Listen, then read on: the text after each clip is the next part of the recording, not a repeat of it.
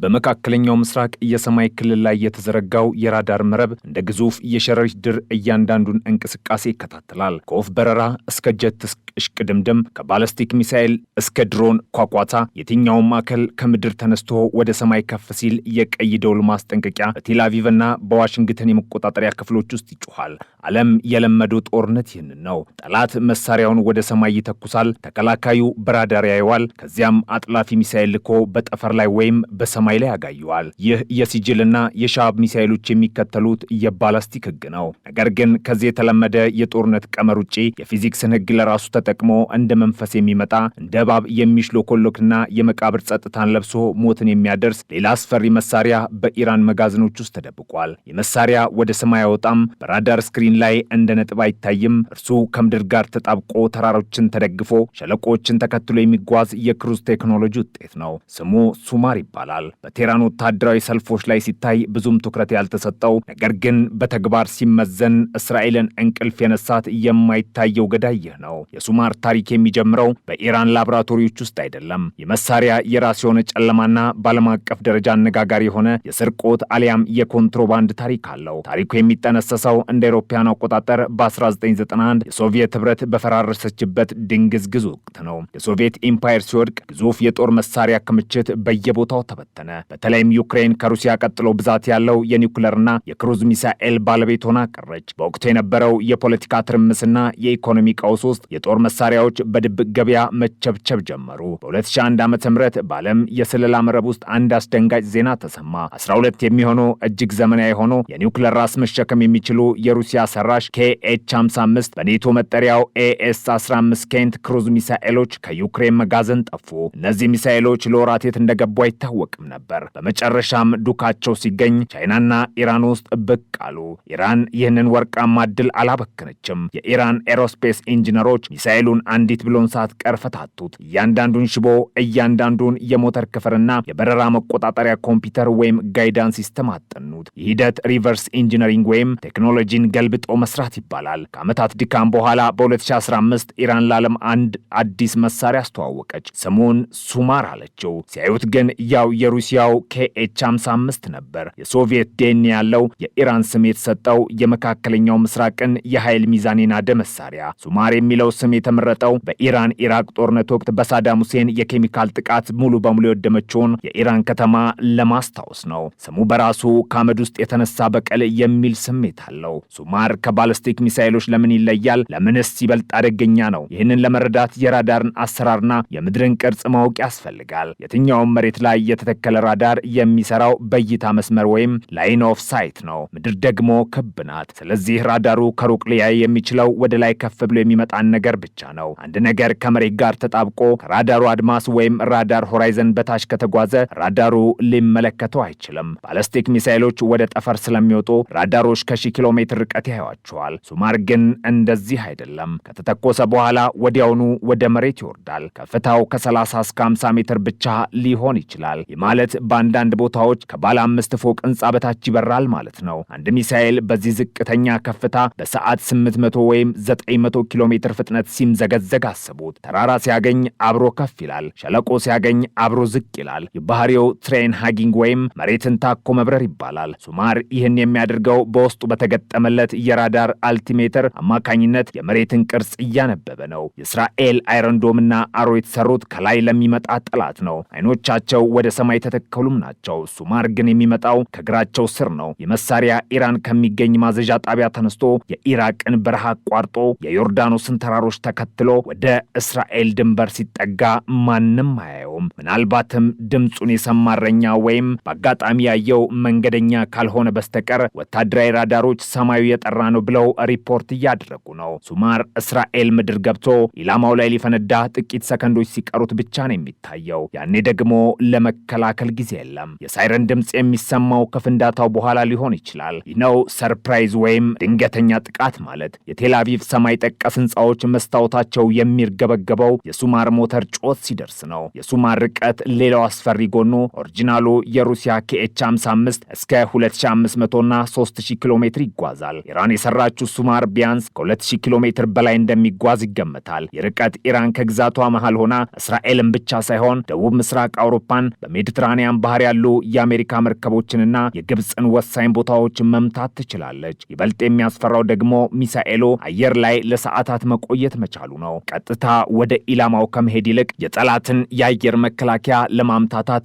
መንገድ እየቀያየረ እየተሽከረከረ አቅጣጫውን እየቀያየረ መጓዝ ይችላል። የሚሽን ፕላኒንግ ወይም የተልእኮ ዕቅድ ሚሳኤሉን ከማንኛውም አቅጣጫ እንዲመጣ ያስችለዋል። እስራኤል መከላከያዋን በሰሜንና በምስራቅ ብታጠናክር ሱማር ከሜዲትራኒያን ባህር በኩል ዞሮ ከምዕራብ በኩል መምጣት ይችላል። የትኛው በር እንደሚዘጋና የትኛው ክፍት እንደሚሆን ለተከላካዩ ግራ የሚያጋባ ነው። የሱማር ሞተር ቱርባፋን ይባላል። ይህ እንደ አውሮፕላን ሞተር የሚሰራ ሲሆን ለሚሳኤሉ ረዥም ርቀት የመጓዝ አቅምና ነዳጅ ቆጣቢነትን ይሰጠዋል። የኢራን ሳይንቲስቶች ይህንን ሞተር ቶሉፎር ብለው ሰይመውታል።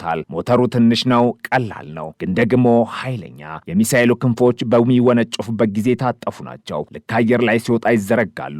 የዲዛይን ሚሳኤሉን በጠባብ ኮንቴነር ውስጥ ወይም በጭነት መኪና ላይ አድርጎ ለማጓጓዝና ለመተኮስ ምቹ ያደርገዋል። ተንቀሳቃሽነቱ ለኢራን ትልቅ ወታደራዊ ጠቀሜታ አለው። ማስወንጨፊያዎቹን ከተራራ ዋሻዎች አውጥቶ ተኩሶ ጠላት መልሶ ከመምጣቱ በፊት መደበቅ ይቻላል። አንድ የጭነት መኪና የንግድ መኪና መስሎ በመንገድ ላይ እየሄደ ድንገት ከኋላው ሱማርን ሊያስወነጭፍ ይችላል። ይህ የመደበቅ አቅም የአሜሪካን ሳተላይቶች የሚያታልል ነው። የሱማር ትክክለኛነቱ ወይም አኩሬሲ የሚመነጨው ከተራቀቀው የመምሪያ ስርዓቱ ነው። የማለት ሚሳኤሉ በኮምፒውተር ውስጥ የሚሄድበትን መንገድ ካርታ ይዞ ይነሳል። እየበረረ እያለ ከታች ያለው መሬት በራዳሩ ይቃኛል። የሚያየው መሬት በኮምፒውተሩ ውስጥ ካለው ካርታ ጋር ያመሳክራል። አሁን ያለው ተራራ ትክክል ነው፣ አሁን ያለውት ወንዝ ትክክል ነው እያለ ራሱን እያረመ ይጓዛል። በዚህ ቴክኖሎጂ ምክንያት በሺዎች ኪሎ ሜትሮች ተጉዞ ኢላማውን በ10 ወይም በ50 ሜትር ስህተት ውስጥ ብቻ መምታት ይችላል። ለምሳሌ የቴልአቪቭን የጦር ማዘዣ ህንፃ አንድ መስኮት ለይቶ መምታት ባይችልም ህንፃውን ግን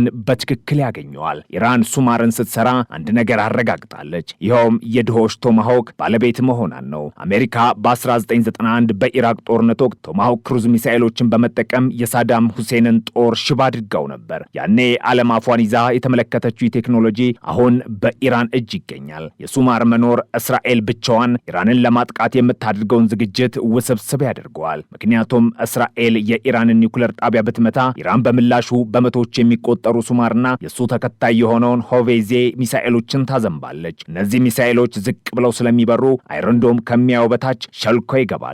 የዲሞና ኒውክሌር ጣቢያን፣ የውሃ ማጣሪያዎችን፣ የኤሌክትሪክ ማመንጫዎችን በትክክለኛነት መምታት ይችላል። ሌላው አሳሳቢ ጉዳይ የጦር ራስ ይዘቱ ነው። ሱማር መደበኛ ፈንጂ መሸከም ይችላል። ነገር ግን ኦሪጂናሉ የሩሲያ KH-55 የተሰራው ለኒውክሌር ነው። የዲዛይን አወቃቀሩ የኒውክሌር ራስን ለመሸከም ምቹ ነው። ኢራን እስካሁን የኒውክሌር ቦምብ ባይኖራትም ወደፊትና አቅም ስታዳብር ሱማር የመጀመሪያው የኒውክሌር ተሸካሚ የመሆን እድሉ ሰፊ ነው። አንዲት ትንሽ ክሩዝ ሚሳኤል ራዳር ሳያት ሾልካ ገብታ ኒውክሌር ብታፈነዳ ውጤቱ የከፋ ነው። ለዚህም ነው ምዕራባውያን ስለ ሱማር ሲወራ ፊታቸው የሚጠቁረው። የሚታየውን ጠላት መከላከል ይቻላል፣ የማይታየውን ግን እንዴት የሚለው ጥያቄ መልስ የለውም። የሱማር ዲዛይን፣ የክብደት መጠኑና የነዳጅ ማጠራቀሚያው አቀማመጥ ለወደፊቱ የኢራን የኒውክሌር ምኞት የተመቻቸ ነው። በቅርቡ ኢራን ሆቬዜ የተሰኘውን የሱማር የተሻሻለ ስሪት አስተዋውቃለች። ኢራናውያን እንደሚሉት ሆቬዜ ከሱማር የበለጠ ርቀት እስከ 1350 ኪሎ ሜትር በተረጋገጠ ሙከራ የሚጓዝና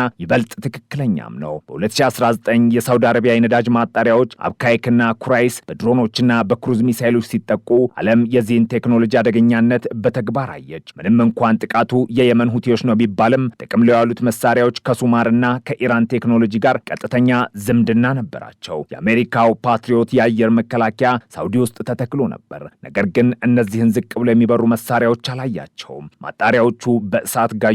የክስተት ለእስራኤል የማንቂያ ደውል ነበር። ሳውዲ ላይ የሰራው ቴክኖሎጂ ቴልአቪቭ ላይም ሊሰራ እንደሚችል ግልጽ ሆነ። የሆቬዜና የሱማር ጥምረት ኢራንን በቀጠናው ላይ የክሩዝ ሚሳኤል ልዕለ ኃያል አድርጓታል። እስራኤል ይህን የማይታይ ጠላት ለመከላከል አዲስ ስልት እየቀየሰች ነው። ባራክ 8 እና ዴቪድ ስሊንግ የተሰኙት መከላከያዎች ክሩዝ ሚሳኤሎችን የመጥለፍ አቅም አላቸው። በተጨማሪም እስራኤል አሁን ትኩረቷን ወደ ሉክ ዳውን ራዳር ወይም ወደ ታች ወደ መሬት ማየት የሚችሉ የአየር ላይ ራዳሮች አዙራለች። እነዚህ አውሮፕላኖች ከላይ ሆነው ወደ ታች ሲያዩ ከመሬት ጋር ተጣብቀው የሚሄደውን ሱማርን ሊያዩት ይችላሉ። ነገር ግን ይህ ውድና ውስብስብ ነው። አውሮፕላኖቹ 24 ሰዓት አየር ላይ መሆን አለባቸው። ይህ ደግሞ በሎጂስቲክስ እጅግ ከባድ ነው። ስለዚህ አሁንም ክፍተት አለ። የሱማር ሚሳኤል በባህር ላይ ሲጓዝ ደግሞ ይበልጥ አደገኛ ነው። ምክንያቱም የባህር ሞገዱ ለራዳር ተጨማሪ እንቅፋት ስለሚፈጥር ሚሳኤሉን መለየት ይከብዳል። የሱማር ሚሳኤል ለኢራን ፎርስ መልቲፕላየር ወይም የኃይል አባዢ ነው። ኢራን የአየር ኃይሏ ደካማ ነው፣ አሮጌ አውሮፕላኖች ነው ያላት። ነገር ግን ሱማር የአየር ኃይል ሚና ይተካል። አውሮፕላን ዘልቆ ገብቶ መምታት የማይችለውን ቦታ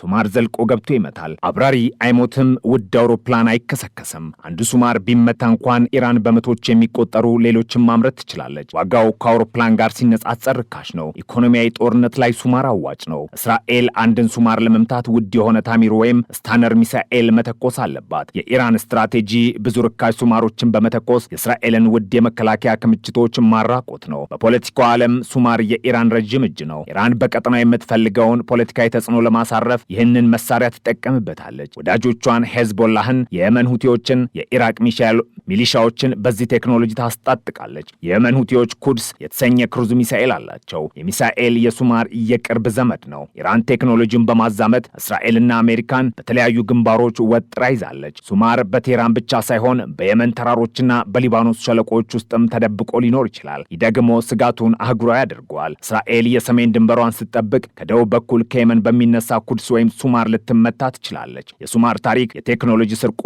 እንዴት የዓለምን ድህነት እንደሚቀይር የሚያሳይ ህያው ምስክር ነው። በ2001 ከዩክሬን የተሰረቁት 12 ሚሳኤሎች ዛሬ በመቶዎች ለሚቆጠሩ የኢራን ክሩዝ ሚሳኤሎች እናት ሆነዋል። ያኔ የተዘነጋው የደህንነት ክፍተት ዛሬ የመካከለኛው ምስራቅ ቅዠት ሆኗል። የሱማር ዲዛይን እጅግ የተራቀቀ ከመሆኑ የተነሳ አሜሪካኖች ይህንን ኢራን ብቻዋን ልትሰራው አትችልም ብለው ይከራከሩ ነበር። ነገር ግን ኢራን በተግባር አሳይታቸዋለች። የማምረት አቅሟንም አሳድጋለች። የኢራን ሚሳኤል ከተሞች ውስጥ ሱማር የሚሳኤሎች ንግስት ሆና ትቀመጣለች። የእሷ መኖር የኢራንን የመከላከልና የማጥቃት አቅም አጠናክሮታል። ሱማር በኢራን ሚሳኤል ዝርዝር ውስጥ ጸጥተኛው ገዳይ ተብሎም ይጠቀሳል። ሲጅል ሲተኮስ ዓለም ይሰማል፣ ያያል፣ ይንቀጠቀጣል። ሱማር ግን በጸጥታ ስራውን ይሰራል፣ ያጠፋል። በዘመናዊ ጦርነት ውስጥ መረጃ ወሳኝ ነው። ጠላት መቼትና በምን እንደሚመታ ማወቅ የመከላከል ግማሽ አካል ነው። ሱማር ግን ይህንን መረጃ ይነፍጋል።